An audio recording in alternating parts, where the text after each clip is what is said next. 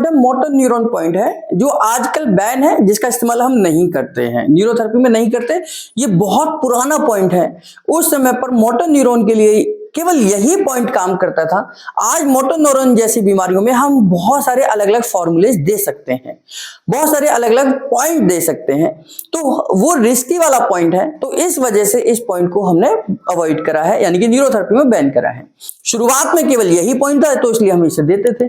अब हमारे पास बहुत सारे ऑप्शन है, फॉर्मूले के रूप में भी हैं और पॉइंट के रूप में भी हैं। ये पॉइंट तब बना था जब न्यूरोथेरेपी में टोटल 25 से 30 पॉइंट थे, और आज न्यूरोथेरेपी में 150 से 170 पॉइंट हैं।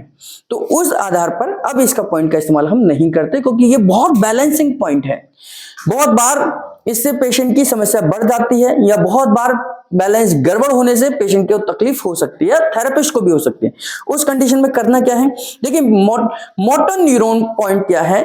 मोटर न्यूरॉन में हमें समझना है कि मोटर और neuron disorder. Motor neuron disorder में क्या होता है कि हमारी मांसपेशियां हमारे ब्रेन के ऑर्डर, यानी कि हमारा ब्रेन जो है मैसेज बॉडी को नहीं दे पाता है। हमारे ब्रेन से ऑर्डर जो है बॉडी को जाता है, और जिस रास्ते से जाता है उस रास्ते को हम बोलते हैं मोटर न्यूरॉन।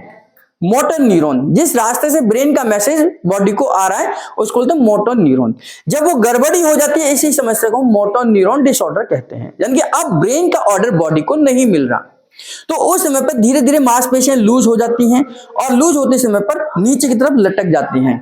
उस कंडीशन में हम मांसपेशियों को ऊपर की तरफ सेट करते हैं, और धीरे धीरे खींच खींच कर ऊपर की तरफ लेके जाते हैं।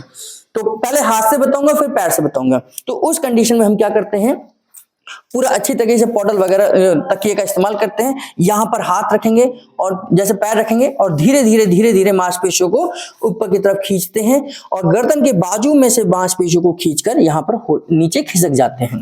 दोबारा देखिए, पहले मैंने बिल्कुल गर्दन के बाजू से रखा, स्पाइन के बिल्कुल बाजू से शुरुआत करी, और धीरे धीरे मांसपेशियों को ऊपर की तरफ खींचकर नीचे की तरफ चला गया।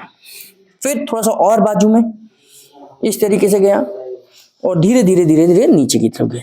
फिर और बाजू में इस तरीके से मांसपेशियों को हम ऊपर की तरफ खींच रहे हैं ये, और लास्ट में पूरा कवर करते हुए जितना मैक्सिमम है इतना हमने ये कवर करा, है ना। अब इसमें पैरों से कैसे करेंगे, जैसे मैं धीरे धीरे ऊपर की तरफ जाऊंगा इस तरीके से, और जब मैं फिसलूंगा तो उस समय पर मेरा बैलेंस बनना बहुत जरूरी है, क्योंकि इस एड़ी से इनके यहां पर दर्द आ सकता है। तो इसलिए ये पॉइंट थोड़ा सा रिस्की है, और ये अब बैन है।